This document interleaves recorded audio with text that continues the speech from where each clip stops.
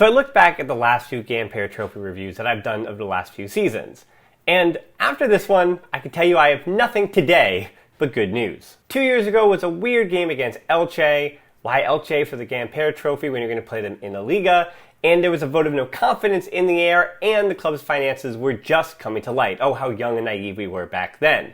And then last season, it was Juventus. But that was totally overshadowed, even if the game was competitive. Well, the Femini overshadowed it in a good way, because they were coming off a Champions League winning season, and all the fanfare surrounding that. But of course, it was the same day as Lionel Messi's goodbye press conference. I looked back at the match review, and that's pretty much all I talked about on that day. On both occasions, this glorified friendly was completely overshadowed by other events of the day. Here's the good news. The Gamper Trophy today was finally doing what it was supposed to do.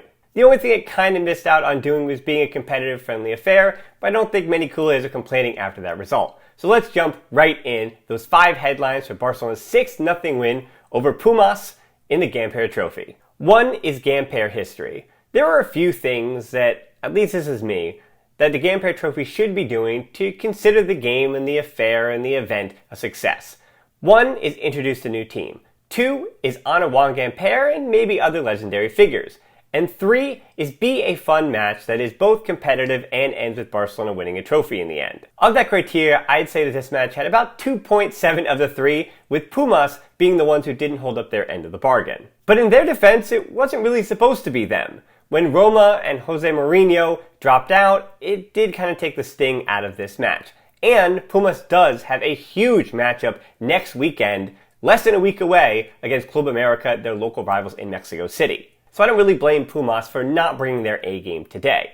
But what I have to say that I'll remember most about this game, and 100% where the Gamper Trophy got it right, was the fact that Dani Alves, now playing with Pumas, I'm not going to talk too much about how he left Barcelona this time around, but certainly with him being honored the way he did, the jersey, the 431, it finally felt like Dani Alves, who is a true legend, arguably the greatest right back ever to play. And if you're this far into the video, you probably have some affinity for Dani Alves, so having him honored in this way does close that chapter. I'd say actually closes the whole book on his Barcelona career, at least as a player. And the lasting image for me is the Barca squad throwing him up into the air and honoring him the way that a true character, a real character of the sport, should be honored. 2 is returning the favor. Now on to the game. There were a lot of goals in this game, but it was really over about 5 minutes in, courtesy of Pedri and Robert Lewandowski. We knew throughout this preseason, while he can't score in America, let's start to get that trending. I don't know if there's something to that about the American curse for Robert Lewandowski. But once he was back in the confines of the new Spotify Camp Nou, I'm going to have to get used to saying that, he certainly looked at home in front of net. First goal, a glorious one, set up by Pedri. And a lot of credit has to go to Busquets and Eric Garcia for breaking the lines and getting the ball consistently either to Pedri or to Lewandowski in between that midfielder, that outside back, and that right center back. That was the space that Pumas was leaving available, well, at least in the first 5 minutes before they started to figure it out a little bit. And Lewandowski and Pedri, they're too good not to take advantage of those kind of weaknesses. The first one, Pedri to Lewandowski, right through the middle. On the post was supposed to be Oscar Valentin, but Lewandowski just thread the needle, 1-0. Then Dembele to Lewandowski to Pedri, that's goal number 2. But Lewandowski and Pedri were saving their best for last. Came in the 19th minute, best for last, with Lewandowski's backheel pass in for Pedri. And that pass straight from Eric Garcia to Lewandowski is what opened that whole thing up. So Lewandowski getting on the score sheet here. And this, as far as showing the squad and introducing the new team, Lewandowski and Pedri, we're going to talk about it, I hope, tomorrow when we give you predictions, expectations for the new season. I have a feeling that Lewandowski and Pedri's names will be coming up a lot, so I don't really want to spoil that discussion too much, other than saying that, of course, I have to start this match review with Lewandowski and Pedri because of all the trophies that you're talking about. Champions League, La Liga, Copa del Rey, those are 2 names very high on the list of Barcelona must-have players or must-have great season, whatever you want. So we'll figure that out for tomorrow, but what you need to know, Lewandowski and Pedri, that partnership is starting in a beautiful way. 3 is all the right answers. Now, Xavi has said what he wants to do, and you know me, I'm always looking at the tactics, and why is this guy here, where is that guy there, is he right-footed, is he left-footed, does Xavi want his wingers wide, where are the inverted wingers, where's the role of the fullback, you know how I'm trying to look at all those different things, and Xavi sometimes gives answers, sometimes he keeps things vague, and you know how I've been going back and forth about the 3-4-3, 4-3-3, what's the point of the signings, anyway, Rafinha and Dembele, renewing Dembele, always made a ton of sense. 100% sense. Buying Rafinha as well as renewing Dembele was the one that we were obviously financially very skeptical about. But now with them both in the team, I think there is at least one answer sorted out, and that's the fact that these two can certainly play together. They are not subs for one another, but they will be playing together. So whether it's continuing to work Ansu back or what, it appears that Ansu is the winger sub on the left at the moment, particularly because he's the only one of the four, counting Aubameyang, in there that can only play on one side. But for Rafinha and Dembele, I'm not sure if Xavi knows exactly where he wants to put either, or if he really is going to not even be committed to, but is okay with saying, based on this circumstance, and it's going to be on me to figure out what those circumstances are, but saying in this circumstance, we want Rafinha to start on the left and Dembele on the right, and then because of the spacing between the center backs or the right back and left back in the half spaces, we want to switch those two. Because Rafinha on the left lasted about 7 minutes and 2 goals. And just 2 minutes after the switch, Rafinha assisted Dembele's goal. Then they were right back to it in the 12th minute with the team up 3-0. So it was hard to see. It wasn't about the other team scoring or some defensive breakdown, but Barcelona were doing well, and Xavi kept switching Rafinha and Dembele from wing to wing. So that could be very fluid as well, giving those two carte blanche to figure things out. But Xavi, in that same way, likes with his positional play to keep guys knowing their roles and where they need to be, but do it at the highest level possible. So yeah, I'm still trying to crack this code just like you are. But what I do know is that Xavi seems, at least in the preseason, when it comes to Dembele and Rafinha, to have all the right answers. 4 is when Barca has the ball. I guess I could have also called this one, Who's the Gala 11? Because that's what people talk about. We discussed it on the most recent pod I did with Rafa, that when you talk about signings, and you talk about rotation, and who's the starter, you're talking about the most important games of the season. Who do you pick for a Clásico? Who do you pick for the big Champions League night? And after the preseason, due to the competition they played, due to the players that were signing or coming in as they were coming in, and even the players that Barca was trying to move out, all I can tell is that when Barcelona have the ball, you don't really need a Gala 11 because there are players that you might not be able to put against Real Madrid, but when Barca does have the ball, they're players who can very much do their jobs to a very high level. And I'm looking along that back line, and we saw that very early, that Pumas was not the most dynamic opponent. And so that back line of Alejandro Balde, who will probably be with Barca Athletic, with Marcos Alonso likely to arrive in the next few days. Then you have Eric Garcia, the left center back, who, asking many on social media, he should probably be the 5th or 6th center back in the rotation. But as I keep saying, seems like Xavi really trusts that guy and really enjoys what he can do with his line-breaking passes in ways that Christensen doesn't necessarily do. He does sometimes, but not to that frequency that Araujo just doesn't have yet. That's why Araujo's also playing some right back here. But Araujo slots in back at center back. And then on the right side was everybody's favorite Sergio Roberto. But Sergio Roberto is that inverted wing back. When Barcelona does have possession, he fit his role to the letter today. So if they're going to have 75% against, again, we'll say the bottom half of the Liga, who have a very, very small budget, can't really pay for players, and going to lock everything down and park the bus completely, then Roberto makes a ton of sense, regardless of what you think of his defending. Barcelona are defending by attacking. Eric Garcia, Roberto, those are players that allow you to do that. Even Balde was simply fine on the American tour as well as in this match today. And even defensively, Eric and Araujo were showing you that they have worked a bit together. Their chemistry is just better than what we saw from Christensen, who did play the most minutes of any player. He was out today, which was unfortunate for him to miss the festivities, but it was interesting to see that Eric and Araujo kind of didn't miss a beat. They jumped right back to it. That seems to, as I've said before, complement each other so well. Some other notes about Barcelona when they have the ball is that Robert Lewandowski, as a number 9 up top for Barcelona, yeah, his feet aren't really what he's known for, but his footwork is so much better than Aubameyang's from hold-up play. I mean, even what Ansu can or can't do. We looked at Memphis in the fall last season. Lewandowski's just a different level holding the ball up with his back to goal, turning, being in the spaces he needs to. This is an elite striker for a reason. And Lewandowski is such an upgrade at that position. The sky is the limit for this Barca attack. You can see that when they have the ball, he doesn't just lose it coming backwards, that the team can kind of pick it up and counterattack. Well, he might against bigger competition. Of course, he did it for Bayern Munich occasionally, but certainly, we're going to trust him a bit more than we did the strikers last season to keep possession of the ball higher up the field. And lastly, whether Barca has the ball or not, Franck Kessie is going to be on it.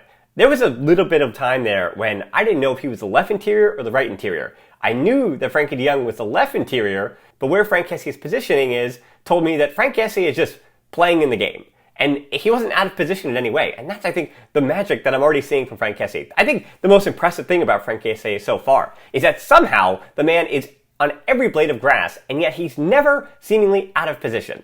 Yes, again, just like Lewandowski, some of those flaws or weaknesses of Kessie will be much more clear once the competitions rev up and the competition itself on the field gets tougher and tougher for Frank Kessie. And it's actually a team that might be similar to his equal. He's probably going to have to be much more disciplined. But against a team like Pumas, he was just having fun. Once again, looking like he was outclassing everybody around him. And that assist he had for Aubameyang it was too many goals at that point. But when Barcelona already slammed the door, but Pumas were fighting back a little bit. Kessie turns the lights out on him with that nice assist to Aubameyang. And 5 is meet the squad.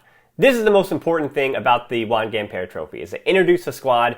And unlike the previous 2 seasons, where Barcelona, you kind of knew who was in the team because that's who had to be in the team, unless Barcelona were going to desperately have to sell somebody else. I mean, Messi was the real surprise, obviously, in a bad way. But with Jules Koundé also being there, getting his debut, yeah, you could see Marcos Alonso. I don't think another right back is coming. Is Dest going to be in the team? There are a lot of questions that I don't think we have answered after this squad was revealed. I mean, literally up to the hour. Is it Nico? Maybe going out on loan? Is it Pjanic? So that might have actually been the only question that I had that was totally answered in this one.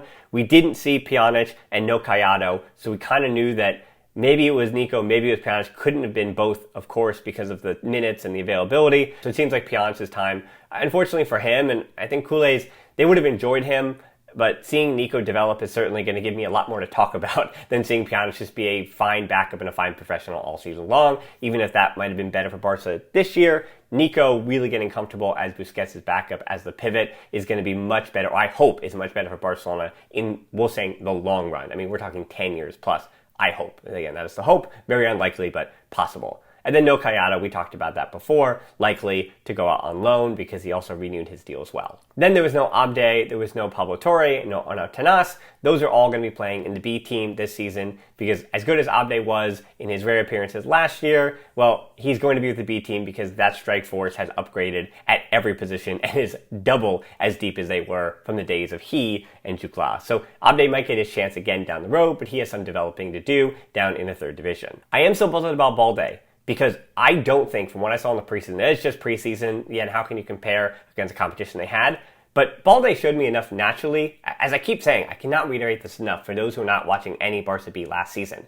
He was injured for the last 2 seasons on and off, never really had confidence, never really had form. His defending in the 3rd division was borderline shambolic. And attacking, he wasn't really doing anything special. And I'm not saying that he's showing himself to be an elite future left back at the moment, but in this preseason tour, we saw the potential that he has. And I think Balde, as the understudy for Alba, as well as playing sometimes with the B team, I don't know, as Xavi wants to have coverage on his bench, I think Xavi might just say, hey, Alba will be gone eventually, especially with his contract up in 2 seasons. And Alonso might just be a stopgap for this season. I don't think he's going to agree to it. I think Alonso at 31 is going to want a 2 or 3 year deal. I don't know what that means for Balde. But he's certainly an asset with a lot of potential. And if Marcos Alonso falls through at the final hour, I'm not going to be that upset about it. Because yeah, if Alba goes down for a long time, then yeah, in January you have to desperately probably overpay for a left back. That's what's going to have to happen. But I guess, yeah, you minimize that by going for Marcos Alonso now for less than 10 million. But I don't know. I don't feel comfortable with what that's going to do to Balde. But that seems to always be my adage. And I know that people want to win trophies, and bringing the experienced player now does just that. Last 2 things before we go. Dest and Memphis coming on late. I don't know what that means. I think Serginho Dest, of all these players, could even be next to go, as weird as that sounds. He, as a financial asset and a young fullback, we talked about the fullback market before, he did not have it in this preseason. It seems like Xavi has lost the confidence in him, and that means I think Dest has lost his confidence. If you're playing at Barcelona, especially in this kind of team, it's going to take a lot. If he thought the spotlight was on him before, those lights have gotten so much brighter with these new additions to this team, and he's going to have to fight for his spot in a way that he hasn't the last 2 seasons. And now he's older, and now he's supposed to learn. So for Dest, it's either an uphill climb already, or the club has already figured out the business they want to do with Serginho Dest. You all know I enjoy Dest. I believe in him in the future, but his timeline might not fit Barca's. He might be. He's only 21, so he might be 2 or 3 years away still. We might not see the best of Serginho Dest until he is 25, 26 and really figured it out with some trials. But he doesn't have time for those mistakes this season at Barcelona, so I don't know what happens to Gino Dest because he is worth some money, especially on the market with a team that's willing to take the time. Memphis, meanwhile, I think he's gone. I think everyone knows he's probably gone. Wearing the 25 today was interesting. Again, they had to give him a jersey for this game. But yeah, he's not long for it because he wants to be a starter. And I think Memphis Depay deserves to be a starter in world football somewhere for a good team, for a Champions League caliber team. But he's not going to do it against Dembele, Rafinha, Ansu, and Lewandowski. He starts the day at 5th on the depth chart. And again, Ferran Torres, the 55 million euro striker that came in January of last year, is still floating out there, recovering, coming back to the rotation. And while Ferran Torres is a bit younger than Memphis, I think Memphis currently is the better player. Ferran has not only a higher ceiling, will he get the minutes to get there? I don't know, but he does, I think, have a higher ceiling, and he also has a bit more versatility, that being Ferran, because he can play on the left, in the middle, and on the right, I'd say pretty equally for Xavi's system. And last thing, I guess I want to say a few more things. Well, one, even Iñaki Peña's late save, proving with that loan to Galatasaray last spring that not all loans are a total failure. Some work out well for both the player and both clubs, and Peña is going to be the backup. Neto is official to Bournemouth, and I wish every positional handoff worked as smoothly as the backup goalkeeper position, but that is very much a one-for-one. Koundé, we also got the first look at him. It wasn't anything special in 30 minutes, but we all know that Jules Koundé is a world-class player, and we'll see what happens very much like Lewandowski as he gets accustomed to his new surroundings, a new city, his new teammates, etc., etc., etc. I just wonder what role he'll play next weekend. That's actually the first real question about Koundé, other than the long-term future. He's 23. There's a lot of time to figure him out in his Barcelona career. And then finally, Frenkie de Jong. His fight in this game was really interesting as a backdrop to everything going on. Man United, I know people were trolling about how terrible they looked earlier in the day, why he wouldn't want to go to that club, and Chelsea struggled a bit today as well, but he certainly had his moment if it is that final moment for him at Barcelona. Wins the ball in midfield, continues on to goal, but yeah, there was just something in those boots today from de Jong, playing as an interior in front of Nico, which is interesting that they seem to jive in today's game a bit better than Busquets and de Jong even had in the Red Bulls game for the preseason in the US. So I don't know. I don't know what's going to happen with de Jong. Honestly, the Bernardo Silva stuff continues to heat up, but that's not what this is for. This is a match review, and who knows if next week we're still talking about Frenkie de Jong or if this one's going to play out until the final day of the transfer window. Again, it's anybody's guess. So yeah, Frenkie de Jong, that's where we have to end this match review. So that's it. The preseason's over. Now it's time to get to the serious business, as Dembele. It's got to be a meme now, as Dembele famously said. Because this time next week, Barcelona will have kicked off the Liga campaign, hopefully with a victory against Rayo Vallecano. And by that time, I'm hoping that all of my questions, or at least some of my questions, are answered. Will everybody be registered? Who will Xavi trust to kick off the Spanish season with a victory? And finally, why will Diego Lopez not just retire? For context, he is signed maybe as the backup, maybe as a starter at Rayo Vallecano, so I'm hoping that Barcelona doesn't have to see his face again next weekend. But we'll have to see. And if you don't want to miss any of the actual, real, These Points Matter content here on the channel this season, make sure you give us a like, subscribe, and as always, until next time, Forza Barca.